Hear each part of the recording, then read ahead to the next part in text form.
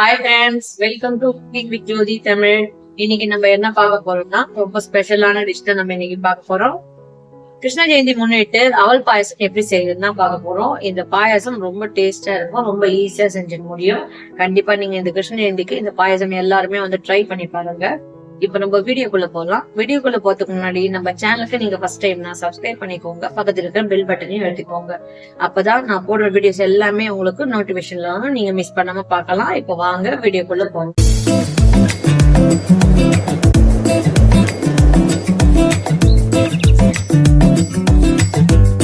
முதல்ல நம்ம பாயசம் செய்கிறதுக்கு எல்லா பொருளுமே முதல்ல நம்ம வறுத்து வச்சுக்கலாம். அதுக்கு நான் அடுப்பு மேலே ஒரு பேன் வச்சுக்கிறேன்.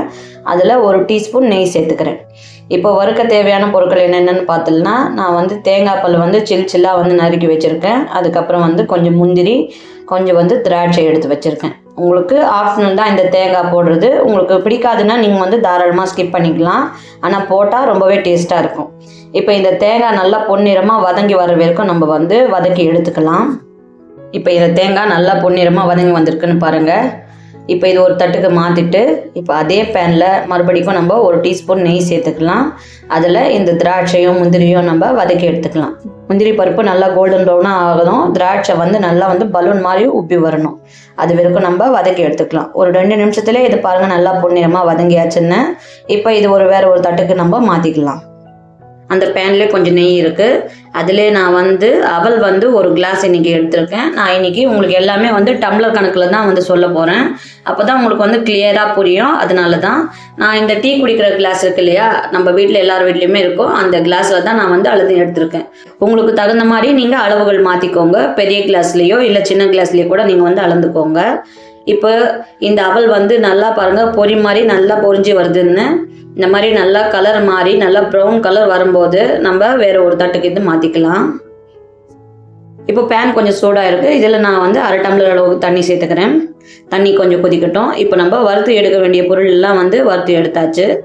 இந்த தண்ணி நல்லா சூடாகட்டும். தண்ணி நல்லா சூடானோடனே இப்போ நான் 3/4 கப் அளவுக்கு வெல்லம் எடுத்திருக்கேன். எந்த கப்பில் நான் அவல் எடுத்தனோ அதே கப்லேயே 3/4 கப் அளவுக்கு வெல்லத்தை நான் இப்போ சேர்த்துக்கிறேன். நீங்கள் நல்லா இனிப்பாக சாப்பிடுவீங்கன்னா 1 டம்ளர் கூட சேர்த்துக்கலாம். அப்போ நல்லா இனிப்பாக இருக்கும். இந்த வெல்லம் இப்போ நல்லா கரைஞ்சி நல்லா ஒரு பாகுமாக நம்மளுக்கு வரணும். வெல்லம் நல்லா கரைஞ்சால் மட்டும் போதும். இந்த கம்பி பாகு அதெல்லாம் நம்மளுக்கு தேவை கிடையாது. நல்லா கரைஞ்சி ஒரு 5 நிமிஷத்துலேருந்து 10 நிமிஷம் இந்த வெல்லம் நல்லா கொதிக்கணும். நான் இன்னைக்கு எடுத்திருக்கிற வெல்லம் ஆர்கானிக் வெல்லம் தான் எடுத்திருக்கேன், பொடி பண்ண வெல்லம். உங்களுக்கு மண்டை வெல்லமோ இல்லைன்னா பாகு வெல்லம் கிடைச்சா கூட நீங்கள் அதை நல்லா துருவிட்டு இதே மாதிரி அளந்து எடுத்துக்கோங்க. இப்போ பாருங்கள் நல்லா கொதிச்சு வருதுன்னு. இப்போ நம்ம ஸ்டவ் ஆஃப் பண்ணிவிட்டு இதை நம்ம கீழே இறக்கி வச்சுக்கலாம். இப்போ நான் வேறு ஒரு பேன் வச்சுருக்கேன் அடுப்பில். இப்போ அந்த பேனில் நான் 2 கிளாஸ் அளவுக்கு பால் சேர்த்துக்கிறேன். நல்லா திக்கான மாட்டுப்பால் நான் இன்றைக்கி சேர்த்துருக்கேன். நீங்கள் எந்த பால் எடுத்தாலும் கொஞ்சம் திக்காக இருக்கிற மாதிரி பார்த்து சேர்த்துக்கோங்க. இப்போ பால் நல்லா பொங்கி நல்லா கொதிச்சு வரணும். ரொம்ப நேரத்துக்கு கொதிக்கணும்னா அவசியம் கிடையாது. நீங்கள் கொஞ்சம் நேரத்துக்கு கொதிச்சாலே போதும். இப்போ பார்த்தீங்கன்னா பால் நல்லா கொதிச்சு வருதுன்னு பாருங்கள். இந்த ஸ்டேஜில் நான் நெய்யில் வறுத்த அவல் அதில் நான் சேர்த்துக்கிறேன். சேர்த்துட்டு நல்லா கலந்து விட்டுக்கோங்க. இப்போ ஒரு 5லேருந்து 7 நிமிஷம் வரைக்கும் இது நல்லா வேகணும். அவல் வேகத்துக்கு ரொம்ப நேரம்லாம் எடுக்காது. ரொம்ப ஈஸியாகவே அவல் நல்லா வெந்துடும். இப்போ அது வெந்துடுச்சா இல்லையா நம்ம ஒன்று கையில் எடுத்து பார்க்கலாம். இப்போ இது ஒரு 2 நிமிஷத்துக்கு இன்னும் நம்ம வேகணும். இப்போ 2 நிமிஷம் பாருங்கள், நல்லா வெந்தாச்சு. நல்லா சுண்டி வந்திருக்குன்னு பாருங்கள். இந்த ஸ்டேஜில் நான் ஃப்ரெஷ்ஷான ஏலக்காய் தூளை இடித்து ஒரு 1/4 டீஸ்பூன் அளவுக்கு சேர்த்துக்கிறேன். சேர்த்துட்டு நல்லா கலந்துக்கோங்க. இப்போ அவ்வளோதான், அவளும் நல்லா வெந்தாச்சு. நம்ம பாயசம் ரெடி ஆயிடுச்சு. இப்போ நம்ம ஸ்டவ் ஆஃப் பண்ணிக்கலாம். இப்போ நம்ம கரைச்சி வச்ச வெல்லத்தை சேர்த்துக்கலாம். எப்போவுமே நம்ம வெல்லம் சேர்க்கும் போது அடுப்பு ஆஃப் பண்ணிட்டு தான் சேர்க்கணும். நீங்கள் பால் நல்லா கொதிக்கும் போது வெல்லத்தை சேர்த்துட்டிங்கன்னா பாயசம் திரிஞ்சு போக கூட வாய்ப்பு இருக்குது. அதனால் இந்த டிப்ஸை மறக்காமல் ஃபாலோ பண்ணிக்கோங்க. இப்போ இதை நம்ம நல்லா மிக்ஸ் பண்ணிக்கலாம். பாருங்கள் எவ்வளோ நல்லா திக்காக க்ரீமியாக இருக்குதுன்னு.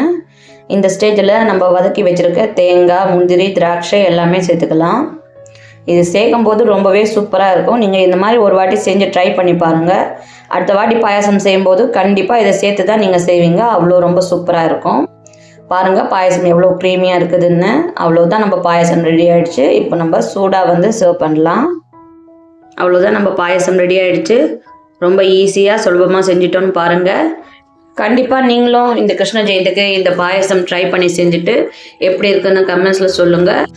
இந்த வீடியோ ரொம்ப பிடிச்சிருந்தா ஒரு லைக் கொடுத்துட்டு மற்றவங்களுக்கும் ஷேர் பண்ணுங்கள். குக்கிங் வித் ஜோதி தமிழை சப்ஸ்கிரைப் பண்ணிக்கோங்க.